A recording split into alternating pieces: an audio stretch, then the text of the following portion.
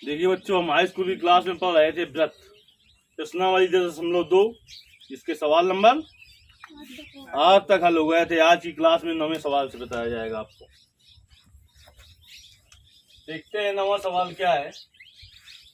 दिखाओ किताब।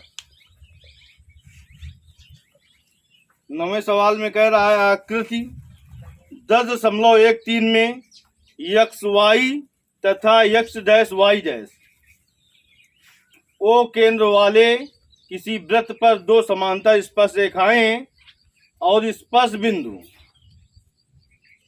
सी पर स्पर्श रेखा ए बी यक्स वाई को ए तथा यक्स डैश वाई डैश को बी पर प्रतिच्छेद करती है। सिद्ध कीजिए कोण ए ओ बी बराबर 90 अंश।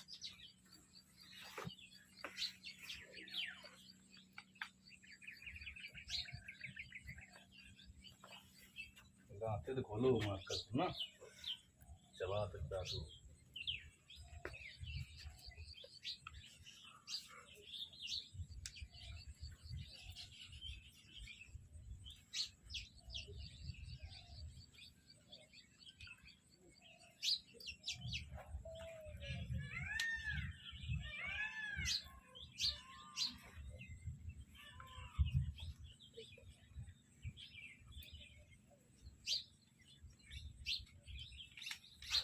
देखिए आकृति 10.13 में ऐसा चित्र बना हुआ है।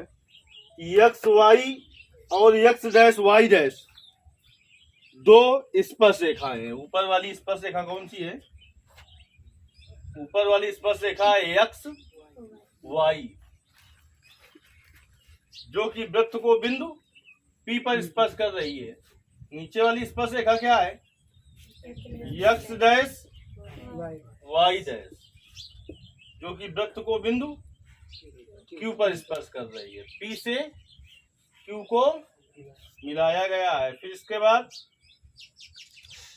ये जो यक्स वाई और यक्स डैश वाई डैश स्पर्श रेखाएं हैं, इन दोनों के बीच में एक स्पर्श रेखा कौन सी खींची गई है?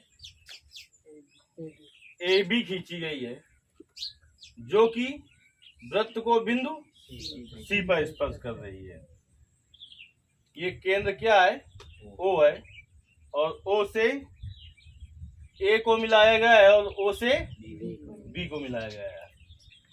कहता है आकृति 10.13 में यक्स वाई तथा यक्स डैश वाई डैश केंद्र ओ वाले वृत्त पर दो समांतर स्पर्श रेखाएं हैं और स्पर्श बिंदु सी पर स्पर्श रेखा ए बी, स्पर्श बिंदु सी पर स्पर्श रेखा ए बी यक्स वाई को बिंदु ए पर तथा यक्स डैश वाई डैश को बिंदु बी पर प्रतिच्छेद करती है। तो सिद्ध कीजिए कोण ए ओ बी। कहाँ है कोण ए ओ?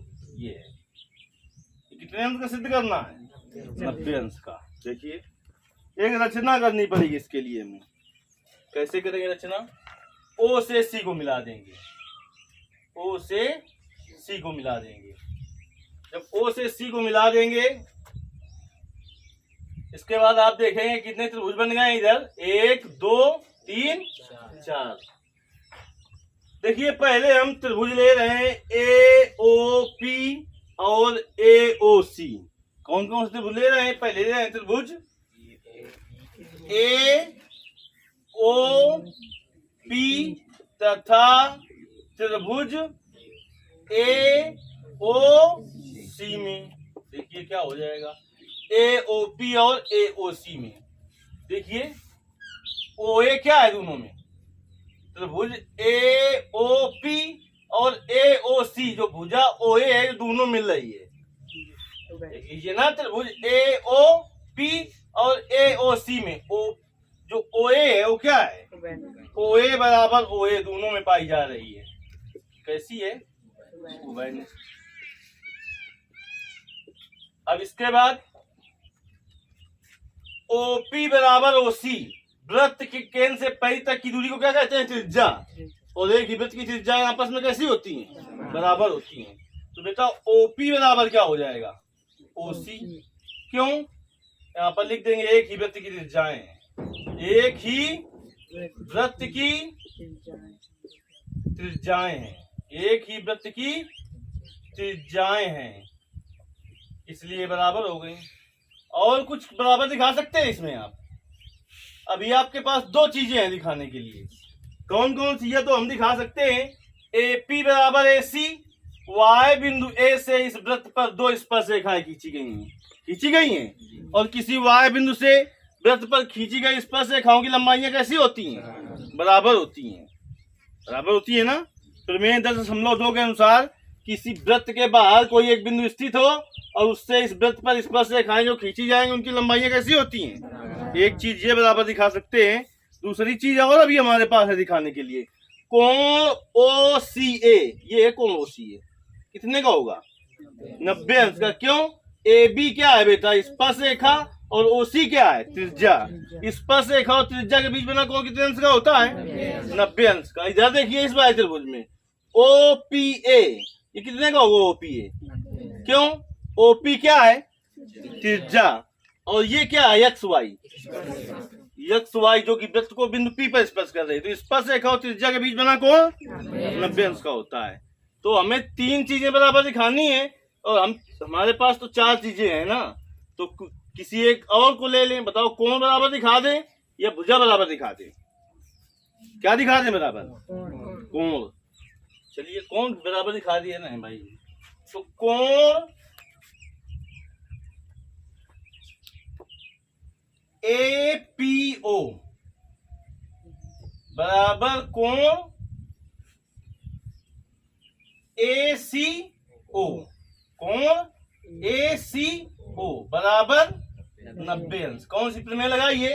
वृत्त की त्रिज्या और स्पर्श रेखा के बीच बना कोण 90 अंश का होता है। वृत्त की त्रिज्या और स्पर्श रेखा के बीच बना कोण, वृत्त की त्रिज्या और स्पर्श रेखा के बीच बना कोण, के बीच बना कोण 90 अंश का होता है, 90 अंश का होता है। क्योंकि वृत्त की स्पर्श रेखा स्पर्श बिंदु से होकर जाने वाली त्रिज्या पर लंब होती है। ये हमने कोण बराबर दिखा दिया है। ये नहीं दिखाना चाहते तो हम AP बराबर AC लिख सकते थे, नहीं लिख सकते थे। क्यों? क्योंकि एक ही वृत्त की त्रिज्याएं हैं जो कि आपस में समान होती हैं। अब इन दोनों त्रिभुजों में कितनी चीजें बराबर हो गई? 3। अगर दो चीजें बराबर हो तो त्रिभुज समरूप होते हैं। 3 चीजें बराबर अगर दिखा दी जाए तो त्रिभुज कैसे होते हैं? सर्वांग सम। सभी अंग इसके समान हो उसे कहते हैं सर्वांग सम। इस तरह से त्रिभुज जो आपका बेटा AOP है, ये क्या हुआ? सर्वांग सम हुआ त्रिभुज किसके? AOC के। ये भी अगर लिखना चाहे किस सर्वांग समता से, तो देखिए दो भुजाएं दिखाई गई हैं, एक कोण, तो यस A सर्वांग समता से कैसे है? ये दोनों त्रिभुज है सर्वांग सम। जब इनके सर्व अंग समान है तो बताइए कोण जो POA होगा वो कोण AOC के बराबर हो जाएगा कि नहीं हो जाएगा? सब कुछ इसके बराबर है, तो इस कोण को बराबर लिख सकते हैं कि नहीं? POA को AOC के बराबर लिख सकते हैं कि नहीं लिख सकते हैं? तो देखिए बेटा, कोण POA बराबर कोण AOC।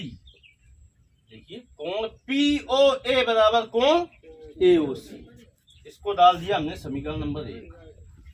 अब देखिए, पहले हमने ये त्रिभुज और ये त्रिभुज लिए थे दोनों, इस बार ये दोनों त्रिभुज लेने पड़ेंगे। तो हम पूरी क्रिया भी इन दोनों त्रिभुजों में करें, चाहे लिख लें सिमिलरली, यानी इसी प्रकार से, सीधे लिख दें इसी प्रकार से।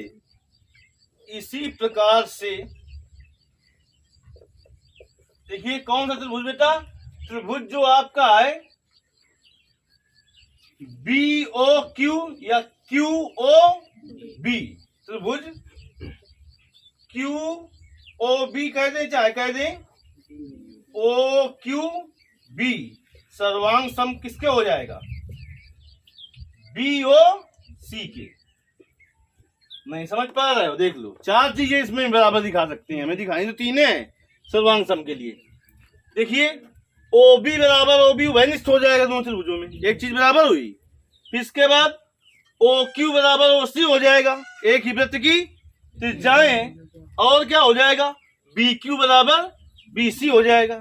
चाहिए दिखा दें बराबर, या फिर कोण बराबर दिखा देते, तो कोण ओ क्यू बी कितने का होगा, 90 का, और कोण ओ सी बी कितने का होगा, 90 का होगा। 4 चीजें बराबर यहाँ पर दिखाई पड़ रही है ना, और हमें सर्वांग सम के लिए केवल कितनी चीजें चाहिए, 3 चीजें चाहिए। तो देखिए इसी तरीके से दोनों तो सर्वांग सम हो जाएंगे, नहीं हो जाएंगे? जब सर्वांग सम हो जाएंगे तो जब सब अंग समान होंगे तो इसका मतलब कोण जो क्यू ओ बी होगा, या कहे कोण बी ओ क्यू जो होगा वो कोण किसके बराबर होगा, बी ओ सी के बराबर होगा। होगा कि नहीं होगा? नहीं समझ में आ रहा है क्या? गलत ही का है, बी ओ क्यू होगा, क्यू ओ बी होगा, इसी प्रकार से कहाँ इसी प्रकार से त्रिभुज ओ क्यू बी लिखा है, ओ क्यू बी, फिर बी ओ सी। क्या गलत लिखा है? नशे में जी रहे हो क्या?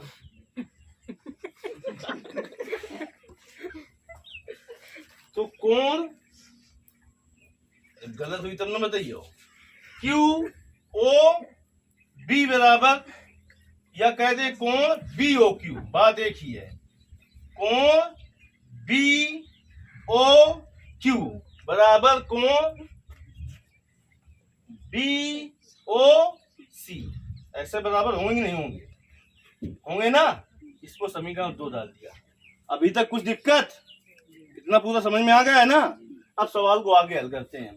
देखिए बेटा, कोण जो आपका होगा P O Q, P O Q, ये कोण पी ओ क्यू है, ये आपका ये पी ओ क्यू कितने अंश का होगा, 180 अंश का। ये जो कोण है, देखिए आपने पढ़ा होगा जूनियर में या प्राइमरी में, रिजु या सरल कोण, ये कोण होता है रिजु या सरल कोण। ये कोण नहीं बनाएगा ये, तो पी ओ क्यू कितने का हो जाएगा, 180 का। क्यों ऐसा हो गया? क्योंकि ये कैसा कोण है, सरल कोण है या रिजु कोण है, दोनों बात एक है। अब इसे हम 4 भागों में तोड़ सकते हैं। एक पी ओ ए धन ए ओ सी धन बी ओ क्यू धन बी ओ सी, चारों को जब जोड़ेंगे तब तो इसके बराबर होगा। चलिए अब हम लिखते हैं इसको बेटा, कोण क्या लिख देंगे, P O Q, P O A, sorry P O A, कोण पी ओ ए धन कोण ए ओ सी धन कोण B O Q, B O Q धन कोण बी ओ सी बराबर कितना हुआ, 180 अंश। हमें लाना क्या है, ये वाला कोण लाना है ना, ये लाना है ना। तो ये दोनों बराबर हैं, तो इसकी जगह ये लिख देंगे।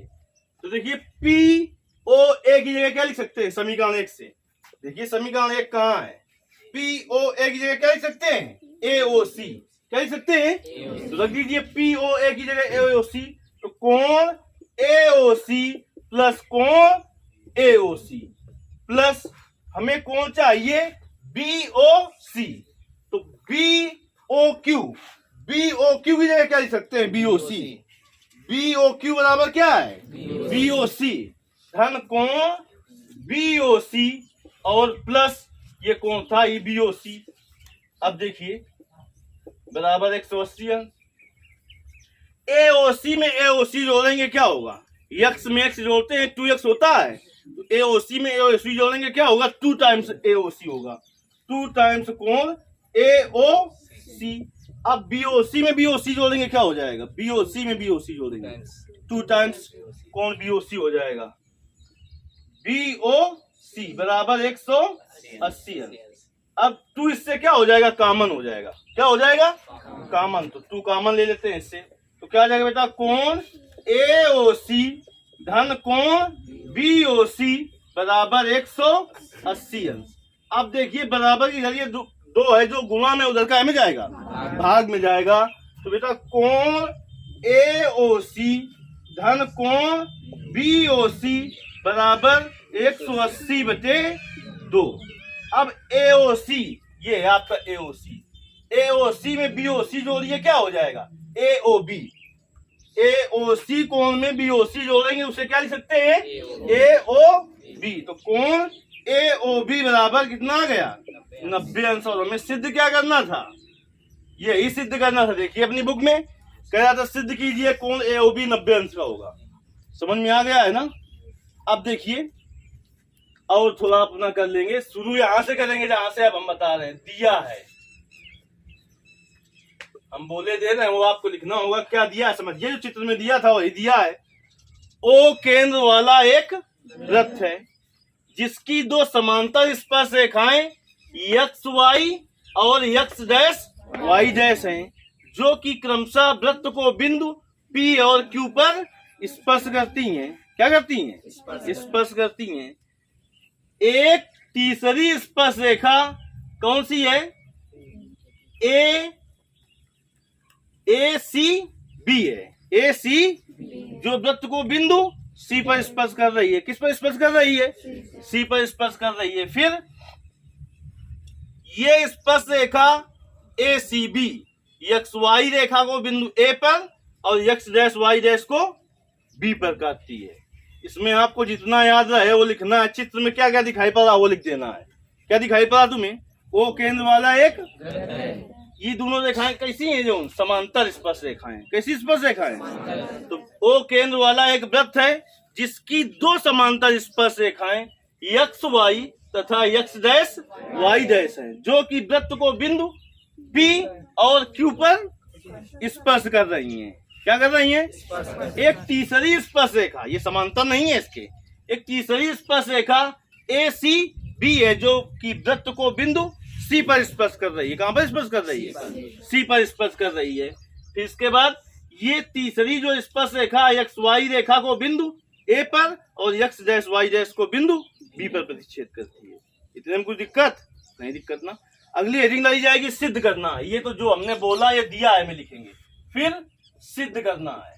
क्या सिद्ध करना है बताइए ना, वही लिख देंगे। कोण AOB बराबर 90 अंश। रचना भी हमने की है, डार्क लाइन में जो किया है वो क्या किया है लिख देंगे। वृत्त के केंद्र O से स्पर्श बिंदु C को मिलाया है। रचना में क्या किया है हमने? वृत्त के केंद्र O से स्पर्श बिंदु C को मिलाया है। इसके बाद हल में आ गए, या हम उत्पत्ति कह सकते हैं। हल में ये कर देंगे जो हमने पहले बताया था। सबको आ जाएगी ना? चलिए कल वाली फेयर में, मतलब की दफ में करो फेयर में।